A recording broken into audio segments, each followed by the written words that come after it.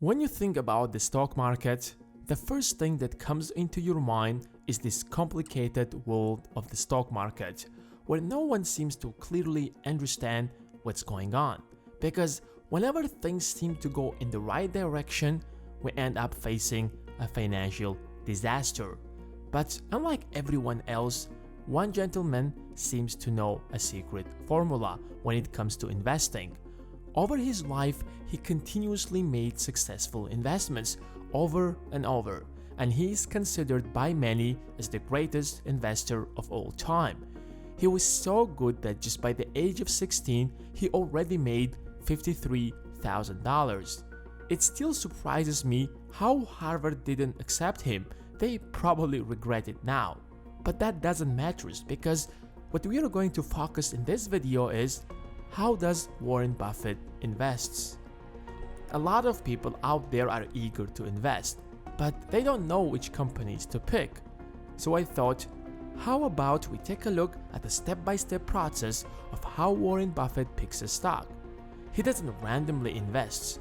If you take a look at all the companies he has ever invested, you will realize that they are all interconnected. They have similar traits, similar values, and function in a very similar way.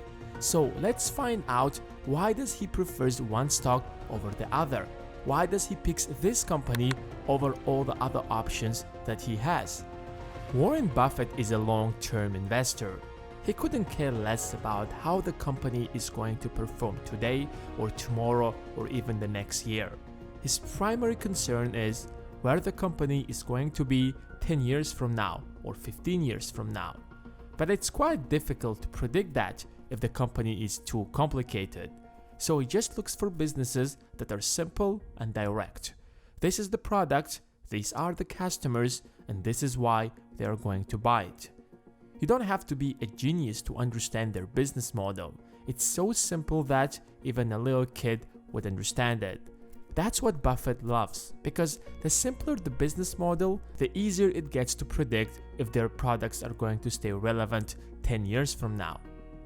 The second trait is, will the customer buy the product again and why? And this is remarkably important because if you have the kind of a product that would sell once and then the client wouldn't need it anymore, then your market is limited. A great product is when your client would keep coming back for it every day or every week or even every year.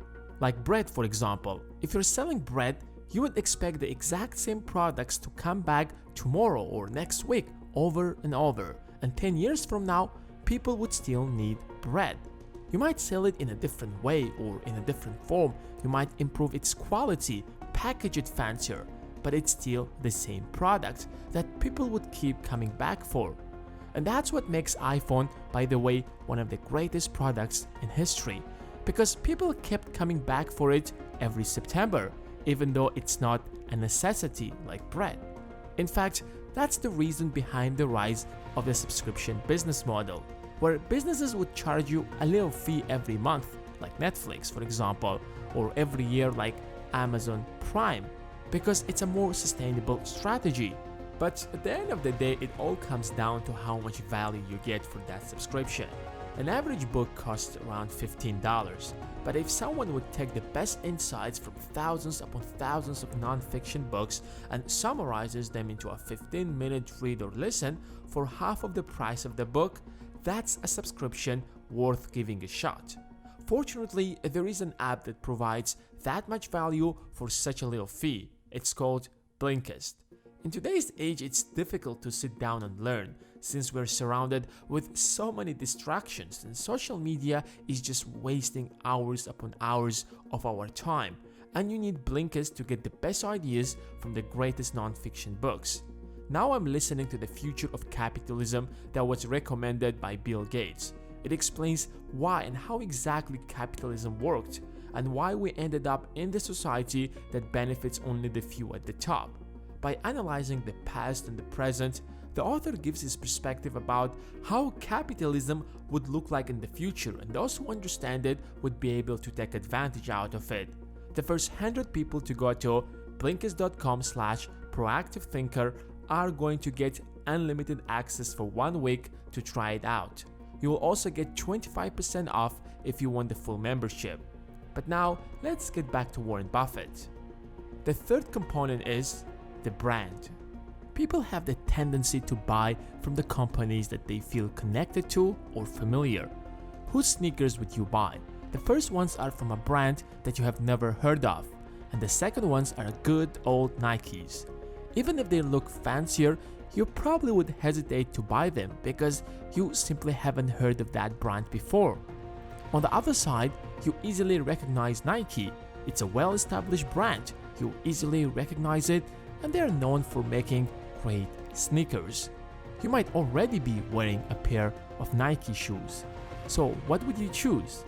And that's why Buffett pays so much attention to how powerful is the brand name before throwing his billions into that company.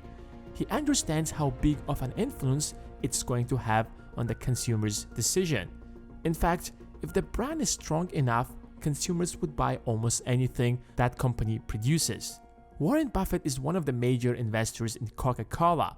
In fact, he started investing in Coca-Cola back in 1988, and his investments since then have grown by over 16 times. And Coca-Cola is one of the few companies that have all the traits Buffett look at before considering investing. First of all, their business model. It's so simple that anyone would understand it. What do they sell? A drink. Who are their potential customers? Pretty much anyone who is thirsty, the entire world. Is it one-time product, or their clients would keep coming back for it every now and then? Of course they would keep coming back. Some people drink 4 or 5 cans a day. It's a product that satisfies one of our most important needs. And once you get used to it, it's addictive. It's not easy to quit even if it's unhealthy. However, it has a lot of competitors. I mean, the shops are filled with endless numbers of soft drinks. There's so many of them that it seems like there is a new soft drink company emerges every other day. But the Coca-Cola brand is so powerful that out of 20 or 30 options, you easily recognize it. Most people would probably pick Coca-Cola without even thinking.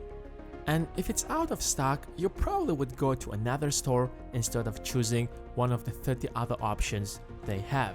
Think about it. 1.8 billion cans are sold every single day. If the company will earn a single penny out of every can that they sell, that's $18 million a day or $6.5 billion a year. But with such a powerful brand that they have, they can charge more than a penny for every can. That's why Buffett bought $1 billion of Coca-Cola shares back in 1988. It's his biggest investment. He was confident that 10, 20, or even 30 years from now, this company will keep growing, regardless if the economy will crash or another financial crisis is on the horizon. Let's take a look at another example. In 1989, Warren invested $600 million in Gillette, the company that makes razors. If you give it a closer look, Gillette holds the exact same position in its industry as Coca-Cola does in beverages. Regardless of what happens, people will still shave, and their products are just filling that basic human need. You don't need to have an IQ of 150 to understand why people are buying razors, or why they will keep coming back for that product even 10 years from now. But of course, Gillette isn't the only company in its industry. It has a ton of competitors. However, if you ask people to name a razor brand other than Gillette, 90% of people won't be able to do that. Do you see how it perfectly matches with all the requirements that Buffett has? It's a simple product that people would keep buying, and it has a strong brand name. The exact same story repeats with See's Candy. In fact, it has been one of his best investments ever. Even though that the company wasn't as profitable as Buffett wanted, it had an extremely strong brand. That made all the difference. Buffett realized that people don't usually buy candies for themselves, but as gifts to others. So people would keep coming back for Christmas, Valentine's Day, birthdays, or whatever. So he acquired the company in 1972 for $25 million, when it was making roughly $4 million in profit. Since then, company's profit increased 20 times over the next 35 years. In 2007, their profit exceeded $82 million. Buffett always stayed out of the tech world, but recently he massively invested in Apple. We live in an age where the technology has become more of a need than a want, and Apple keeps creating the type of tech that people keep coming back for. Apple has an army of fans who update their iPhones every single year. Of course, Apple isn't the only tech company out there, but it definitely has the strongest brand name. Of course, you still have to look at the financial statements of the company, consider all the other factors that will influence the future of the company, and each company has some unique circumstances. But overall, these are the three most important factors to consider when you're thinking where to throw your money in. If you have found this video helpful, give it a thumbs up and let me know if you want to see more similar videos. Thanks for watching, and until next time.